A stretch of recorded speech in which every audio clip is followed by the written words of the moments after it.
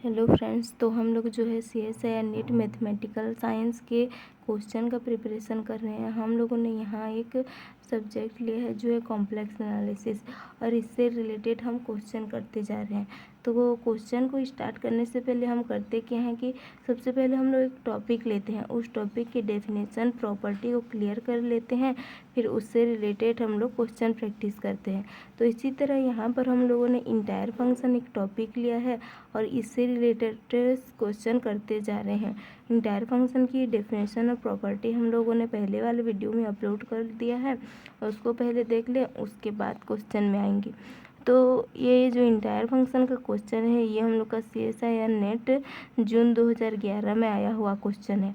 तो क्वेश्चन क्या कहता है, देखिए, let f be an entire function if real part of f is bounded then करके बोल रहा है।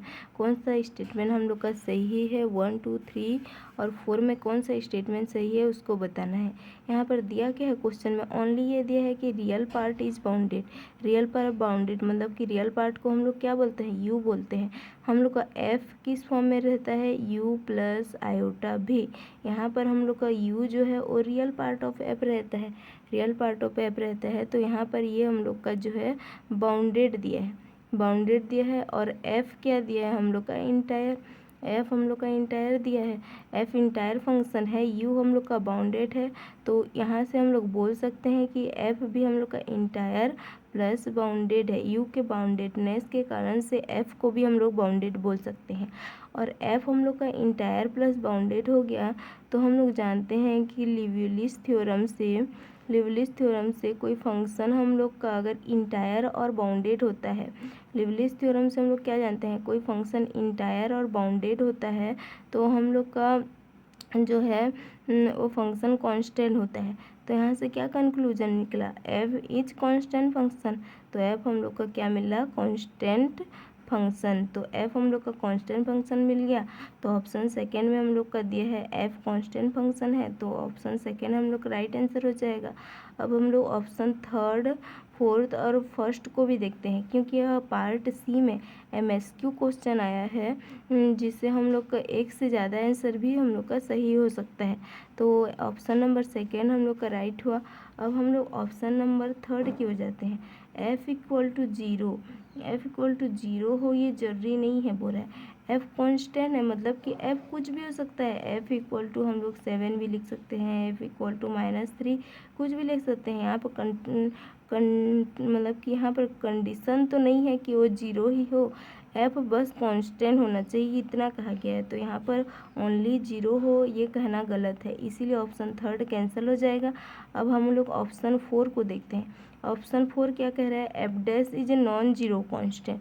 तो यहाँ पर हम लोग का जब f कांस्टेंट मिला है, दैट मीन्स कि एफ जेड इक्वल टू के मिला है। तो हम लोग अगर एफ डैश निकालेंगे तो ये तो जीरो आएगा ही, क्योंकि कांस्टेंट फंक्शन का डिफ्रेंसिएशन जीरो होता है। तो F dash non zero constant कैसे आएगा, इसीलिए हम लोग का ऑप्शन नंबर फोर जो है वो भी हम लोग का कैंसिल हो जाएगा। ऑप्शन नंबर फोर भी कैंसिल हो जाएगा, क्योंकि एफ डैश जो है वो जीरो कांस्टेंट मिल रहा है, नॉन जीरो नहीं मिलेगा। अब हम लोग देखते हैं option number one. Option number one क्या बोलता है, imaginary part of F is constant. तो हम लोग का F Z equal to constant मिला है, मतलब कि एफ जेड इक्वल टू के मिला है, और ये हम लोग का होता है यू प्लस आयोटा भी। तो ये तो हम लोग का बाउंडेड है, लेकिन हम लोग क्या करेंगे यहाँ पर, अगर ये के है मतलब कि ये कोई वैल्यू है, 3 है ओनली, मान लो समझ लो, तो यहाँ पर हम लोग का क्या होगा, आई भी का अगर हम लोग भी को कांस्टेंट ना लेके कुछ और लेते, कुछ वैल्यू ले जाते, तो हम लोग का एफ जो है वो कांस्टेंट नहीं मिलता। तो इसी के कंक्लूजन से हम लोग बोलते हैं कि यहाँ पर जो भी है वो भी हम लोग का एक कांस्टेंट फंक्शन है, तभी हम लोग का एफ कांस्टेंट मिलेगा। तो मान लो भी इक्वल टू हम लोग का भी इक्वल टू 2 3 कुछ भी ऐसे आ सकता है। तो हम लोग का जो इमेजिनरी पार्ट ऑफ एफ है यह भी कांस्टेंट होगा, तभी हम लोग का जो है एफ जेड कांस्टेंट मिलेगा। मतलब इमेजिनरी पार्ट अगर कांस्टेंट हुआ तभी एफ जेड कांस्टेंट मिलेगा। तो ऑप्शन नंबर वन हम लोग का क्या बोला है, imaginary part of F is constant. तो ये कथन हम लोग का सही हो जाएगा, तो ये हम लोग का आंसर सही हो जाएगा।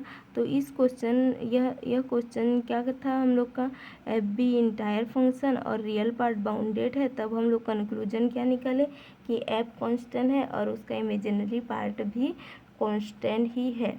यह क्वेश्चन CSIR नेट जून 2011 में पूछा गया था। तो इस तरह के सिंपली क्वेश्चन हम लोग करते जाएंगे। इस तरह का वीडियो देखने के लिए हमारे साथ जुड़े रहिए। So thank you so much.